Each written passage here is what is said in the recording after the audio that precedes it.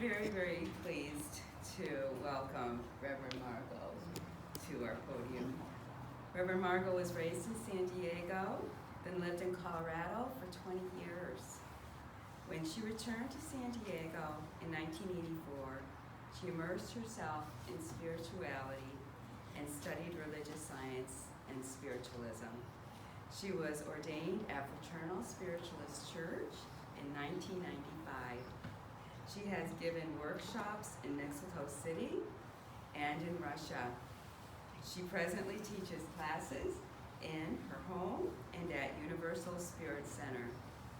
She's excited about the expansion of spiritualism from just identifying those on the other side of the veil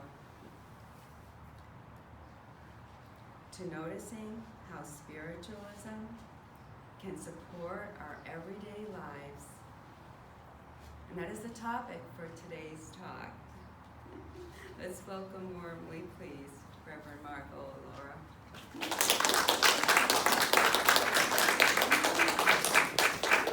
Thank you to you too. Thank you to you. So happy Father's Day and happy Juneteenth. Did I say it right? Yes.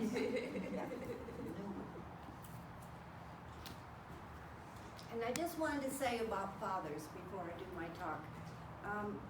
My father, the last 10 years of his life, I had the privilege of being the best daughter I could be to a dad that didn't have many skills. You might say he wasn't such a good father. He drank a lot. He was very sweet. He really never financially supported me. But that last 10 years, I just felt like God says, now you can choose. You can turn your back on this fella who gave you was a sperm and everything, or you can be the best that you can be. And it worked out really well. It worked out really, really well. He made his transition in 1994, and about 2000, somewhere in there, I had the experience of breast cancer. Now my mother and I, she's on the other side too, we were always like this. But it was my dad that showed up when I was having the operations and having the loss of hair, and he continually showed up from spirit. So it just shows, let's don't freeze anybody when they make their transition. They also can come into God's light and share God's light. So that's about fathers.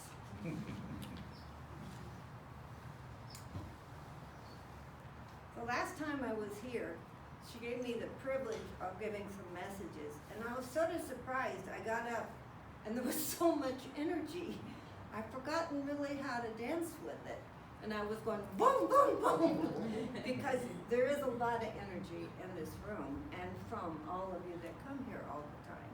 So I'm really glad I came a couple weeks ago to remember how to dance with the energy that you have. And I want to say that I feel the maturity of the group here, the spiritual maturity.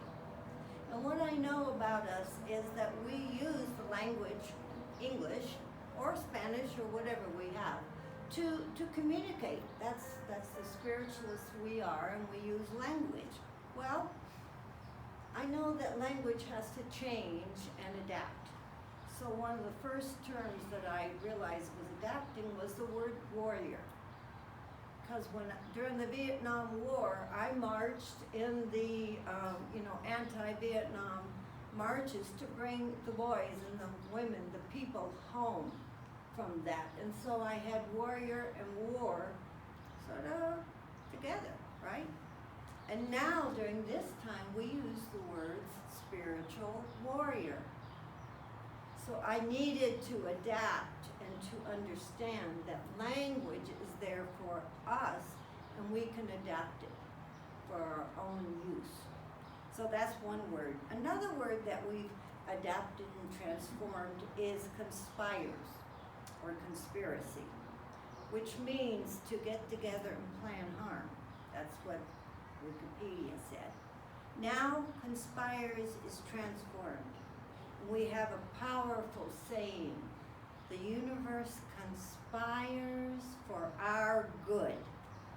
Now, it's conspires with a capital C. And that's the topic of today. The universe conspires for our good. So what's that look like in our lives? I mean, it's a nice saying, but what's it look like? So I'm going to share with you some wonderful conspiracies of my life. They're my conspiracies, but it's my privilege to share them with you. So here's a conspiracy. Some people call it a God story or an angel story. And this one I keep in my pocket all the time. I attended a Wednesday night spiritual meeting many years ago. I was really brand new to spiritualism. And I sent a thought, these mediums can never give me my mother's name. Because often mediums will say, oh, I get an R for you for Rose or Rebecca. And I just sent this thought, rather unconsciously, limiting God, right? Anyway, so I said, these mediums can never identify my mother because her name's so unusual. Weeks later, I had joined a spiritual development class, and another student, not even the minister, but another student sat with me and she said, I think your mother's here. And I went, okay, let's see. And she said, was your mother ever plump? And honestly, I had to say no. My mother was always pretty skinny, but she persevered. And she said, well, that's interesting because she is showing an arm, and you know, right here, there's a dimple. And she's pointing to the dimple. Guess what? My mother's given name is Dimple. Oh, I get goosebumps even now, even after all this time. And that's a conspiracy that I keep in my pocket. So during the breast cancer experience and other times when things seem, pretty, put my hand and I went, I can't be alone. I cannot be alone. That's just a human thought. But God and the conspiracies always are there, nurturing me through the human experiences. The next one has 2 parts. So I'm trying to share with you different conspiracies, different God stories. So I was driving home a few years ago in my van, and I came to a light and I stopped. After the light turned green, I shifted, because it was a shifting car, and I started out sort of slowly. You know how you shift and just, at that moment, another car came across the whole intersection and ran the red light, just ran it. Who knows how fast it was going. Well, I was already out a little bit, so I slammed on my brakes, and it's a van, so it goes, and then I stall it in the middle of the intersection. So I started back up, and I sort of wobble over to the side, and I'm shaking a bit, but I'm safe on the other side. And then I turned to where the guy had ran the light, and I send him love, and I say, God, please protect him, and please protect those on the road with him. So after a couple moments, as I'm getting my composure, I realized that, that was certainly a conspiracy for my good because I didn't have the accident. And as I'm praying and talking to the angels, they're saying, yes, yes, that is definitely us there helping. But we want you to notice something else, Margo, because they know me. They know I was raised in a Navy household, and cussing came natural. And if somebody did something else, you flipped them off or you spewed these words. Negative, right? You, blah, blah, blah. This time, what I did was send love and send protection. And they said, that's a God story, Margo. That's a conspiracy. I had changed my norm. So I sent love. And I really appreciated them pointing out that second part, because I'm not sure I would have realized. So that conspiracy had 2 parts.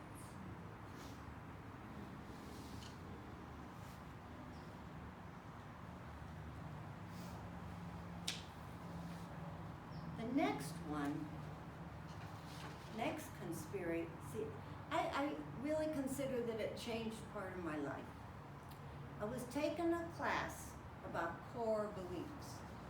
And core beliefs are when we adapt a thought and a belief, usually when we're 3 or 4 or 5, pretty young.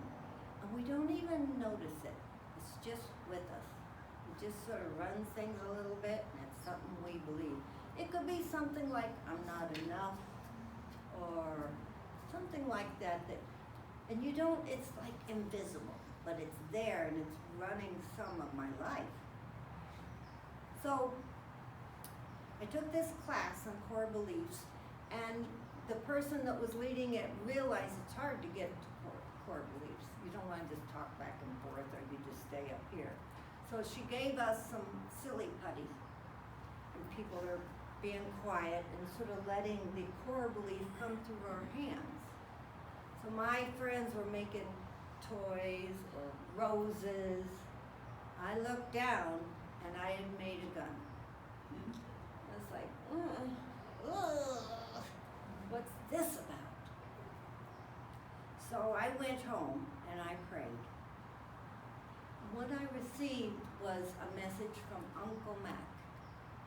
Uncle Mac's in spirit. I wasn't real thrilled. He was a scoundrel. He made a lot of choices that I didn't like, and he was just a scoundrel. So it's like, okay, I'm in this prayer, and I'm getting, I ask, what's the core belief? And Uncle Mac shows up. So I asked, what's going on? What's this about? And he took me back. This is a little sad, but some parts of life are. He took me back to the point when he was married to Bonnie, and I was a flower girl, walking down, throwing the flowers. And then he took me back to about 2 weeks later, when I was in the kitchen with my mother, in Bonnie and Mac's kitchen. And I was cleaning off the blood on the wall, because little Mac had gotten drunk and he had beat her up. So here I am, getting the blood off the wall. And I'm going, whoa. So he brought me back to that.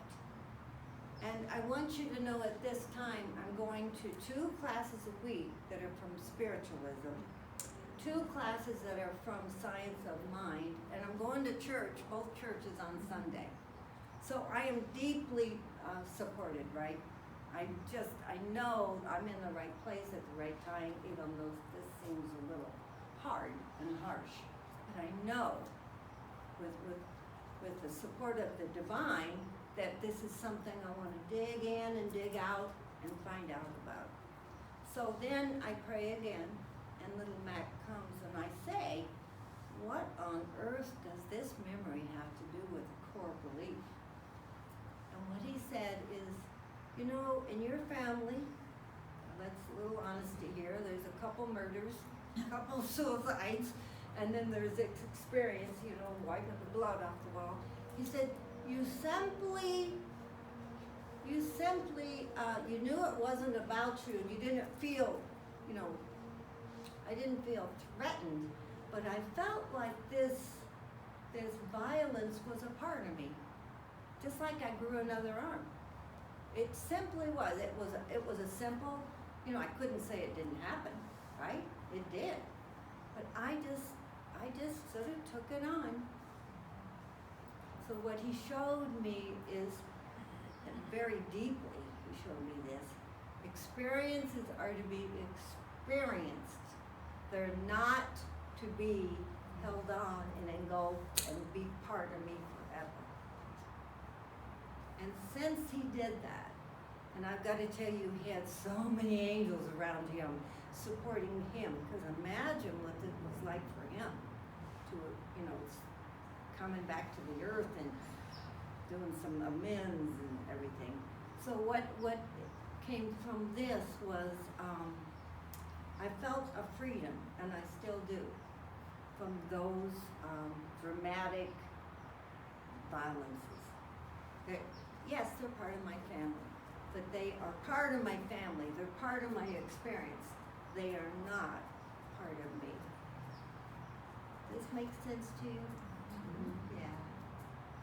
So that conspiracy, you might say, lightened me up, because I no longer have that arm.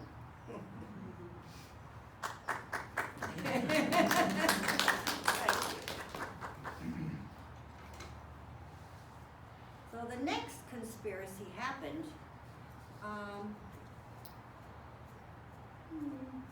quite a few years ago. I was really things were working. I was going to this class, I was going to that class, I was going to church, and manifesting was just happening. I want something, and there it was. I want something else, and there it was, and it was fun. And I felt connected, you might say. So then I said to God and the angels during a prayer, I'd like a dining room set. And it needs to fit in my dining room, which is an odd shape. So how about an oval or something like that? I said that, and to be truthful, I expected it soon. A month went by, 2 months went by, and finally there was one in Ocean Beach. It was the perfect dining set. And it was mahogany, and it had rounded corners. So I bought it, and I took it home. And then I said in prayer, how come it took so long? And here's the God story part. Number one, remember God's time, not your time, right? And the other thing they said is, these people had to make their transition, Margo, before you could get the table. Well, that makes sense. So let the conspiracies, present to us, and I think it's fun to look at them a little bit. Oh, what can I learn? What can I remember? God's time, not my time.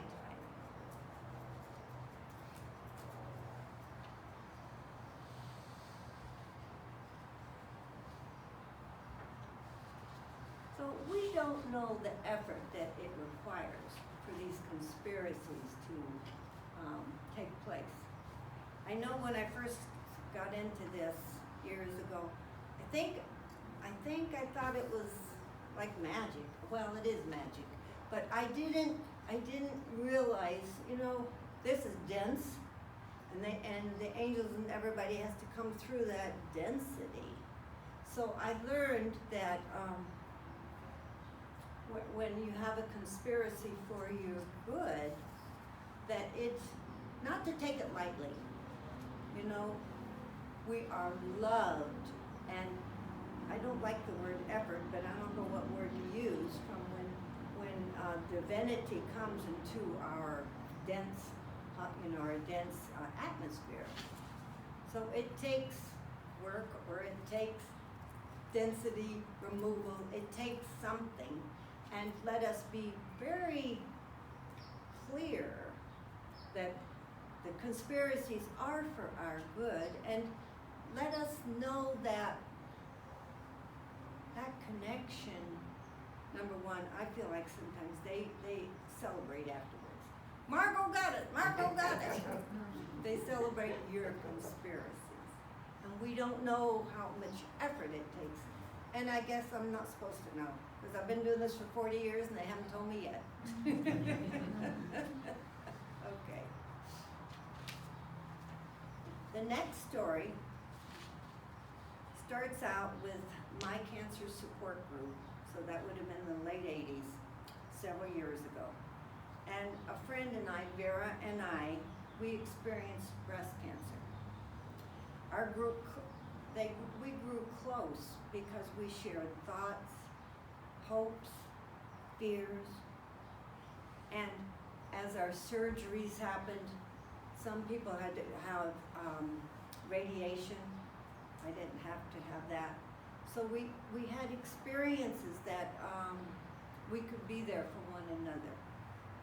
After a couple years, the suggestion was, if you're cancer-free, that you move out of that support group, opening it up for a place for somebody that's just starting. So after a couple years, both Vera and I moved out of the support group. Not very many, and Vera and I stayed friends. Actually stayed friends with a lot of the people. After a few months, however, she called. She was back in the support group. So thankful she could go back because her cancer had returned. So she went back to be involved again. And we did things together. I don't know how to, we didn't really talk about your cancer's back. That's just pretty, but what we did was we just stayed with the closeness, with the understanding that mine wasn't back, and we were still friends. We were still there for one another. Then she gave me a call and she said the doctor said she had 6 months to live. And then she said, and I want you to officiate at my life's celebration. So I took a big gulp and went, absolutely, I'll do it. I want to do it. Well, it's a funny want, but. And then things even took a different turn. She died after 2 weeks. And that was, yes, it was, seemed sudden to us. And we did have a wonderful celebration. And many of the support group got to come to it, so it was, and then actually, there was this other spirituality class, and they had a requirement that they attend a funeral or a life celebration. So they came, some of them knew me, so it was interesting. And they even took notes on the celebration that I officiated. Later on, they gave me the notes. I thought that was nice. So just about a month later, I'm driving and I'm going to the grocery store. And I start thinking, and I'm thinking about Vera. And I'm saying, Vera, I really miss you, and I really miss talking to you. She was from Scotland, and she had a brogue. And her voice tilted, and it was warm, and I'd listen to her voice. I wouldn't even listen to what she'd say sometimes. I would listen to the voice, and you know, it just cuddled my heart. So I was thinking, and I just said, Vera, I miss you, and I miss talking to you, and I miss your brogue. So then I went into the store, got my groceries, in line, and for no reason that I can think of, I switched lines. Got up to the cashier, and she started talking to me, and she had a brogue. And when she started talking, I went, oh, you know, I can be very expressive with my face. She went, lady, what? And as we talked and I shared, I was tearing up, and she teared up. And what I realized also, Vera was tearing up too. She got to say hi.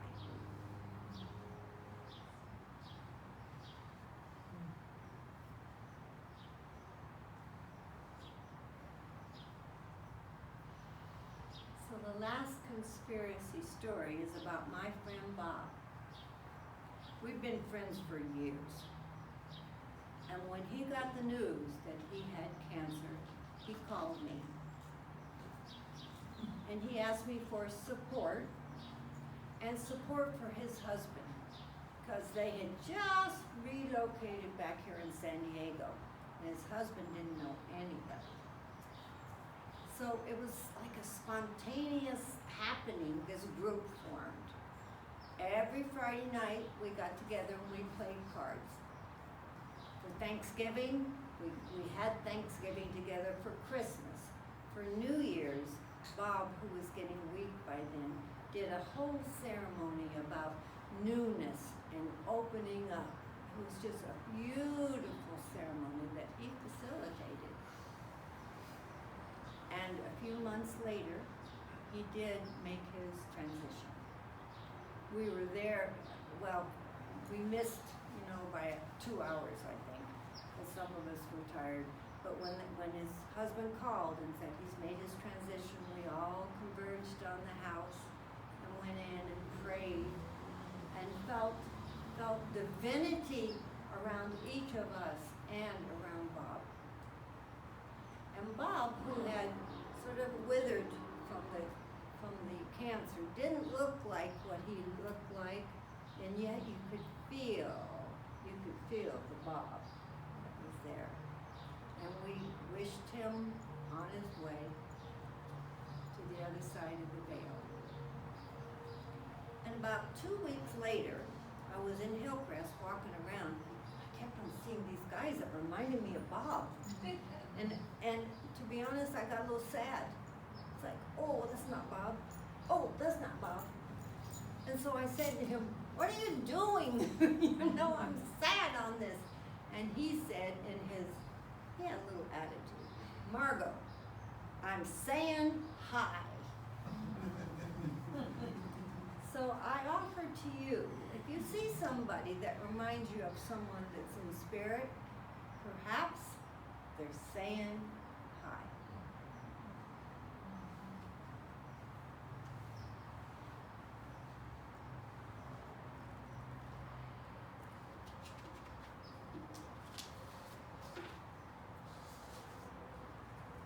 So in conclusion,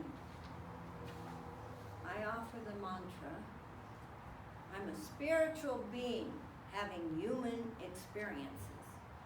And if you're feeling like your spiritual being is hiding, where is it?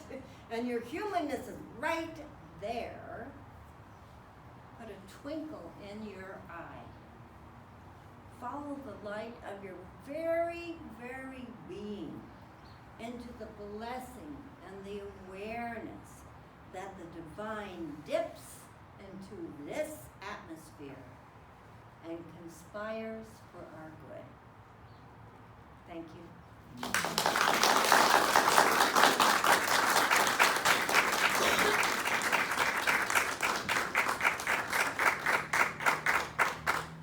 Thank you. Isn't that wonderful?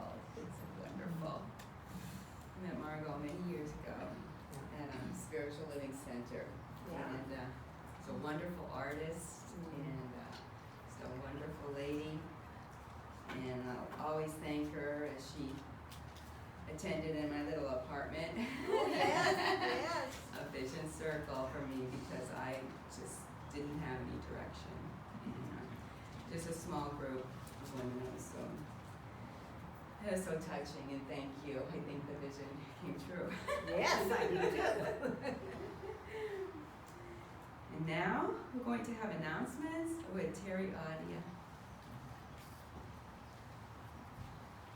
Okay, full of energy today. Yay.